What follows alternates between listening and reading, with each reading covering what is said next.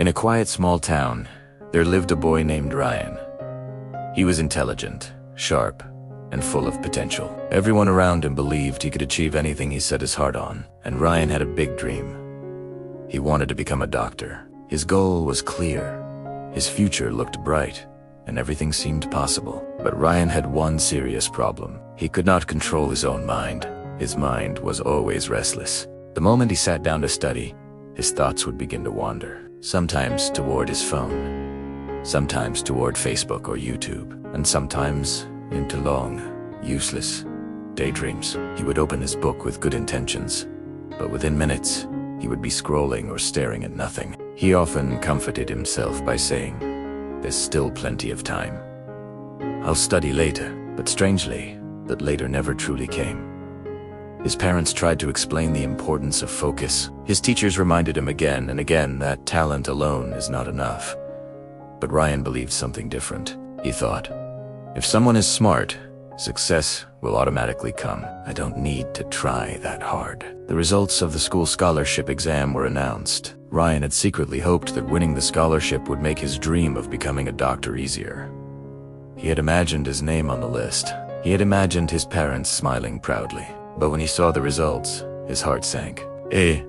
His friends, who studied consistently and with discipline, had scored very high. The same teachers who once praised Ryan for his intelligence now looked at him with quiet disappointment. That look hurt more than any harsh words could. That evening, Ryan sat alone in his room. The silence felt heavy. He knew deep inside that he wasn't lacking intelligence. He had simply wasted time. He had let distractions steal his future. In that painful moment, he realized something powerful. Without discipline, intelligence means nothing. Right then, Ryan made a decision. He had to change. He began searching for someone who could guide him, not just academically, but mentally. That's when he found Coach Miller, an experienced physical education teacher. Coach Miller was not just about sports and exercise. He was known for helping students build focus, self-control, and discipline. People often said that even the most distracted students slowly transformed under his guidance. Ryan gathered his courage and went to him. "Coach," he said honestly, "I can't focus on my studies. Whenever I sit down, my mind jumps from one thing to another. What should I do?" There was understanding in his eyes. "Controlling the mind is not easy, Ryan," he said softly.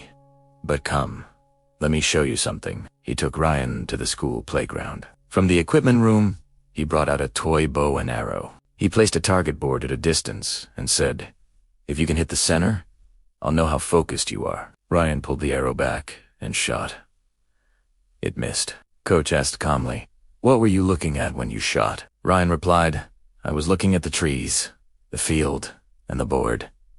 Coach shook his head. "That is your problem. You are looking at everything at the same time. A true athlete sees only the target. Nothing else exists in that moment." He looked directly at Ryan and continued, "Your phone, social media, YouTube, random thoughts. If you want to succeed, then during study time, you must see only your goal.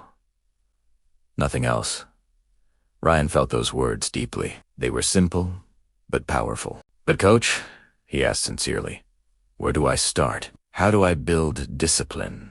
Coach Miller replied, "I'll give you 4 simple rules. Follow them, and your life will change. 1. Control your thoughts. Whenever your mind wanders, gently bring it back. Tell yourself, this is my study time. I must focus. Decide when you will study and when you will rest. The brain loves patterns. If you build a routine, your mind will slowly obey it. 3. Remove distractions. Your phone, television, and useless apps are stealing your future. Keep them away while studying.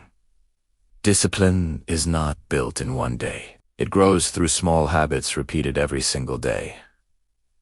Ryan listened carefully. He went home and made a strict routine. He turned off his phone during study hours. Every time his mind wandered, he reminded himself, "My goal is to become a doctor." At first, it was extremely difficult. It wanted distraction. Slowly, day by day, his focus improved. Weeks passed. He could now study for hours without getting distracted. his confidence returned. A few months later, he took another important exam. This time, he didn't just pass. He secured first place. When he saw his result, tears filled his eyes. Not because of luck, but because he had finally mastered himself. A year later, as he stood on a stage, receiving a scholarship, he remembered something Coach Miller had told him. The mind is like a wild horse. If you don't control it, it will drag you wherever it wants. But if you train it with patience and discipline, it will carry you to your destination. From that day on, Ryan lived by one principle, and success will quietly follow you. And if this story touched your heart, share it with someone who needs it. Because sometimes, the biggest battle is not outside us. It is inside our own mind.